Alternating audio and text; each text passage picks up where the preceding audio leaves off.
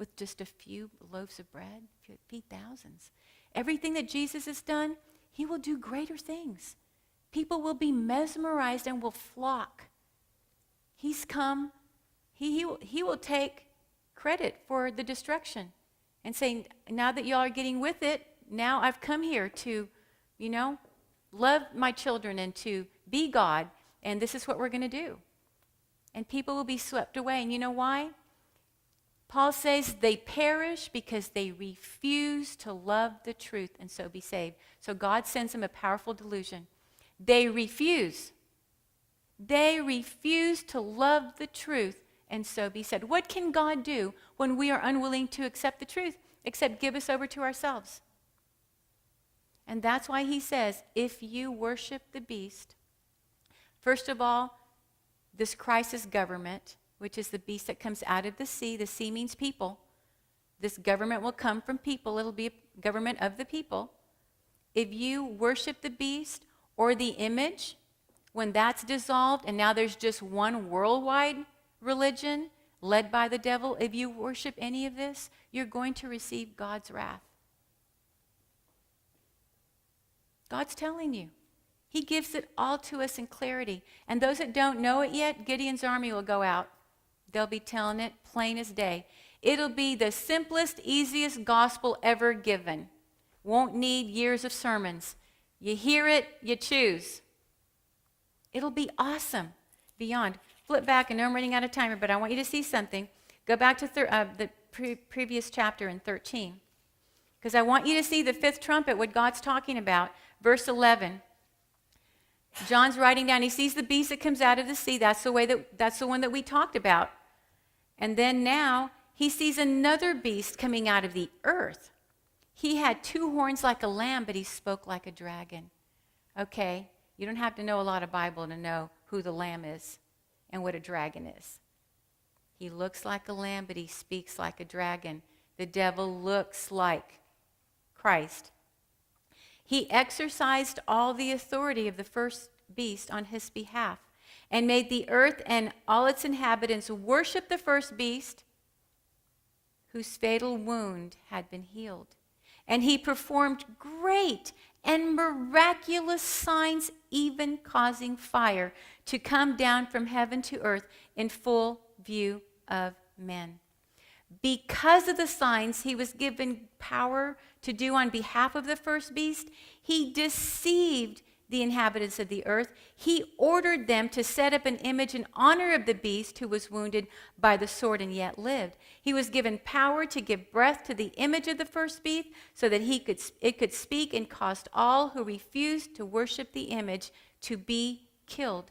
He also forced everyone, small and great, rich and poor, free and slave, to receive a mark on his right hand or on his forehead so that no one could buy or sell unless he had the visible mark on their head with the name of the beast or the number of his name.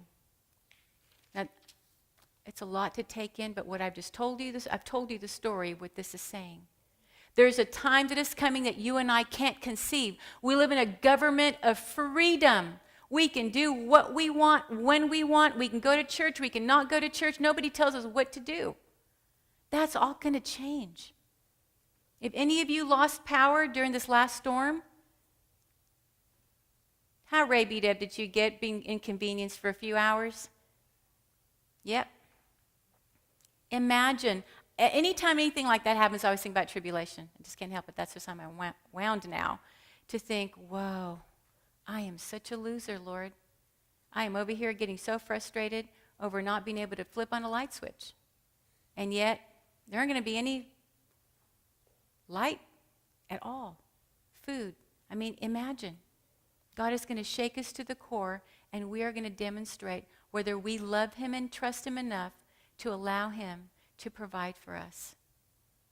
You remember when Elijah was told to go out by the brook Cherith to get away from everything, and God said, you go over here and I'm going to protect you there, and ravens brought him food? God can do anything. Elijah wasn't consumed with, I can't go over there because what am I going to eat? He did what God said, and God blessed him. And that's where you and I need to go today. Today we need to ask the Lord to change the appetites of our hearts. We need change. And if you see change in your life, you need more change. You and I cannot stop allowing the Spirit to change us until we are rising up to see Jesus in the clouds. We have to continue. Jesus says, if my people who are called by my name, if my people would humble themselves, if they would pray, if they would seek my face, if they would turn from their wickedness, then I will hear, I will forgive, and I will heal. We need healing from the disease called sin. It has ravaged our bodies and our minds. And we need the peace that only He can bring when we're willing to step out in faith and do the right thing. That we are willing to stand alone if necessary in order to glorify the God of heaven. That we are willing to do that. Dear ones, we cannot be like people that say, you've been talking about this for a long time and it's never going to happen. It's going to come like a thief for those that are sleeping. May we be praying that God will give us, we don't conjure it, but if we ask, He will give us vigilance. We need vigilance. Negligence will be our ruin. We need to ask the Spirit. If we don't have it, God says, you don't have because you're not asking. You're too busy asking for this and that and what have you, wanting this from Jesus. Presence instead of His presence in our life. What presence do you want today from Christ? Because He wants to give you Himself. Is that what you want? Will you be found faithful when your Lord calls for His saints to join Him? Time is short. Don't waste time. Ask Him to give you a hunger and thirst for what's real, for studying the Word, for getting up in the morning and spending time with the Lord, and for not wasting time on the traps that the enemy has laid for God's children. May you be blessed beyond as the Lord fills you to overflowing with His truth, because if you taste and see, the Lord is good.